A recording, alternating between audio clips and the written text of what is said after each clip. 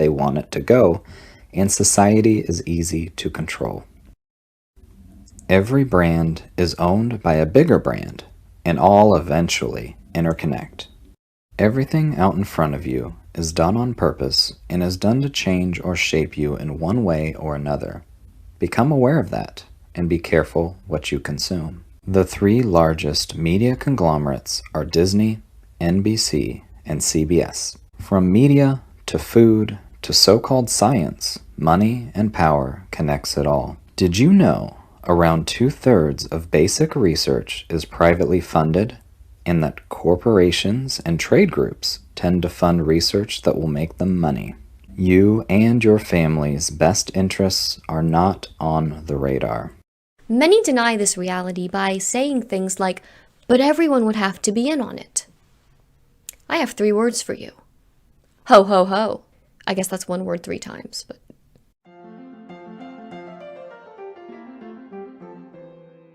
We've discussed mental and visual manipulation, but what about audio?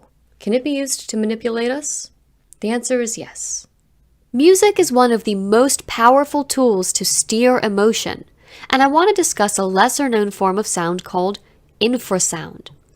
Audible sounds are used to manipulate our moods in TV and movies. Sound effects like a heartbeat cue us into a dramatic scene. But what about sounds we don't consciously pick up on, but are affected by?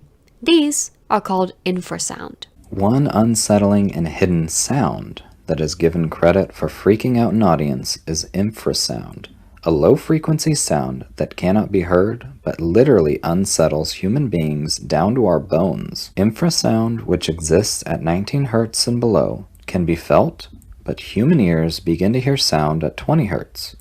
Infrasound exists in nature and is created by wind, earthquakes, avalanches, and used by elephants to communicate over long distances. At a high enough volume, it may be possible for humans to perceive sound as low as 12 Hz, but even common objects can emit infrasound, something some horror movie music composers use to their advantage. 19 Hz infrasound is called the fear frequency and can cause discomfort, dizziness, blurred vision, hyperventilation, and induce panic attacks. Distressed animal calls, women screaming, and other nonlinear sounds, which are irregular noises with large wavelengths often found in nature, were used in The Shining and other movies to create an instinctual fear response, as recorded in the test subjects of a 2011 study at the University of California.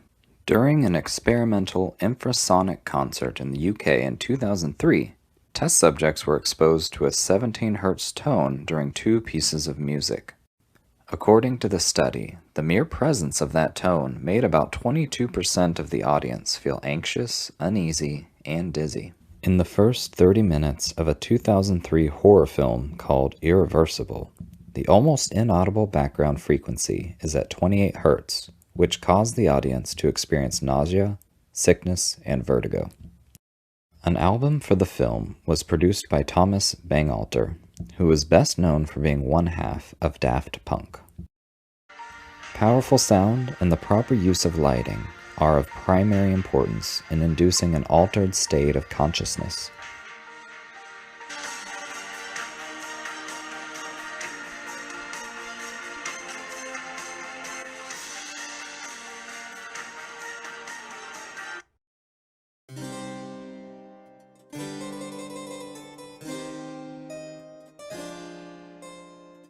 The television set in your house is doing a lot more than just entertaining you. Phones, television, dance performances, and powerful musical scores can induce an altered state of consciousness. When someone goes into an altered state, they transfer into the right brain. The result is the internal release of the body's own opiates called enkephalins and beta endorphins, which are almost chemically identical to opium. In other words, it makes one feel good and want to repeat the experience. The same high can be seen in addiction, as well as social media interaction and likes. Technology and laboratories have also altered the taste of food so that junk is more appealing than whole foods. Like addictive drugs, highly palatable foods, think processed foods, trigger feel-good brain chemicals such as dopamine. Food scientist Steve Witherly describes Cheetos as one of the most marvelously constructed foods on the planet in terms of pure pleasure. This isn't accidental. Snack food companies do a lot of research in order to design foods that fool your mind and bewitch your taste buds into a constant state of craving, a state industry insiders call the bliss point. Consider a fast food chicken nugget. You're not tasting what little chicken might be in it. The chicken is more a delivery vehicle of flavoring that was created by flavor scientists, not nature. This is deceptive on a cognitive level and alters and disturbs our palates, so that good food simply isn't interesting anymore. If we eat these foods, they're not actually what they seem. Ever notice how much junk food is advertised by big companies, but decent food never gets the time of day? Many processed foods have been redesigned by food manufacturers to be more enjoyable.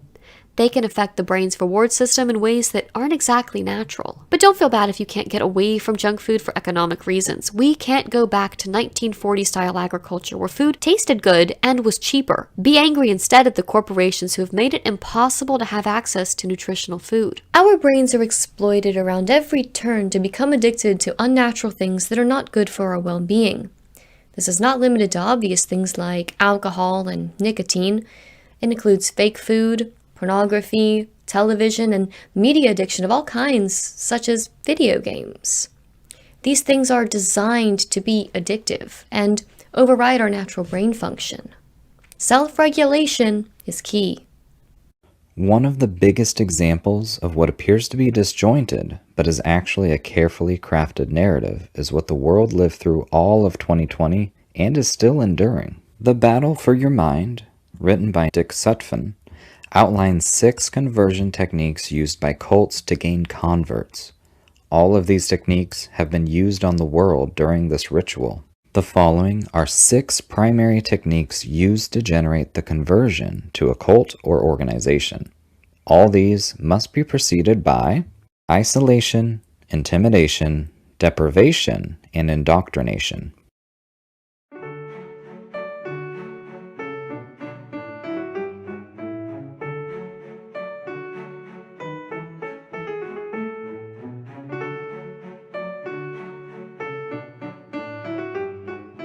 So we just got the news that we're going to be quarantined here for 14 days.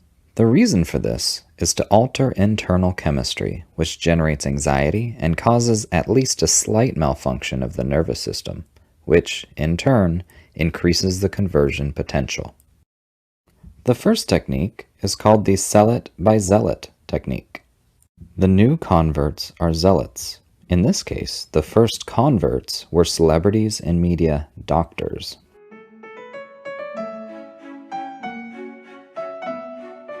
Just cover your face because you may be infected. I'm begging of you, please don't hesitate. Because once you're dead, then that's a bit too late. 2. Wearing down resistance. A schedule is maintained that causes physical and mental fatigue. The participants are given no opportunity for relaxation or reflection. 3. Increasing tension. From healthcare workers risking their lives on the front lines to families worrying about putting food on the table. It's the most horrifying experience we had. You can see that there's more abnormal lung than there is normal lung. The deadliest month on record. 2020 is now the deadliest year in U.S. history. 4. Introduce uncertainty about identity. In cults, the participants are concerned about being put on the spot or encountered by the trainers. Guilt feelings are played upon. Participants are tempted to verbally relate their innermost secrets to the other participants. If you do not comply with guidelines, you risk being put on social media and ridiculed by the world. The uncertainty of identity comes in the form of losing your individuality, or your identity has been reduced to your costume. This has also turned all of us into a literal horror movie plot device. You're there with your best friend, but then you have to kill your best friend because of this thing that's inside them. And that's what the disease became in cabin fever. You're with your best friend, but you've got to isolate them or you've got to kill them because whatever is inside them could get inside you. And suddenly, you're not seen as human anymore. if you saw a neighbor, you kind of waved and you were nervous. It's changed our body language, the way that you just respond to someone. Oh no, don't touch me. 5. Jargon. New terms are introduced that have meaning only to the insiders who participate.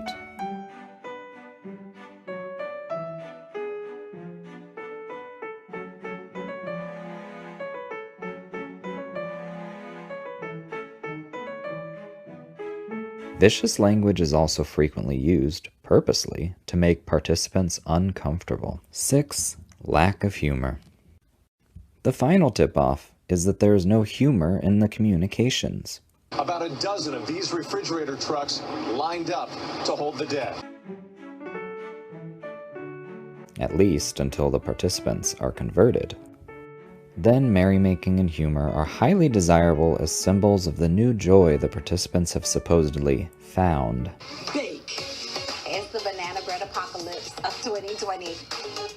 The media shows you're supposed to be happy and having fun, making sourdough bread at home for the 13th month in a row. The untold amount of psychological damage done during this fear-based initiation conversion ritual to children and vulnerable individuals is unknown, not to mention the strategic financial blow. What many consider to be random proves itself as being methodically organized and executed. The 1963 congressional report, Current Communist Goals, laid out the instructions of installing communism in the US. This has been done and now is being externalized. Take a look at some of the completed objectives.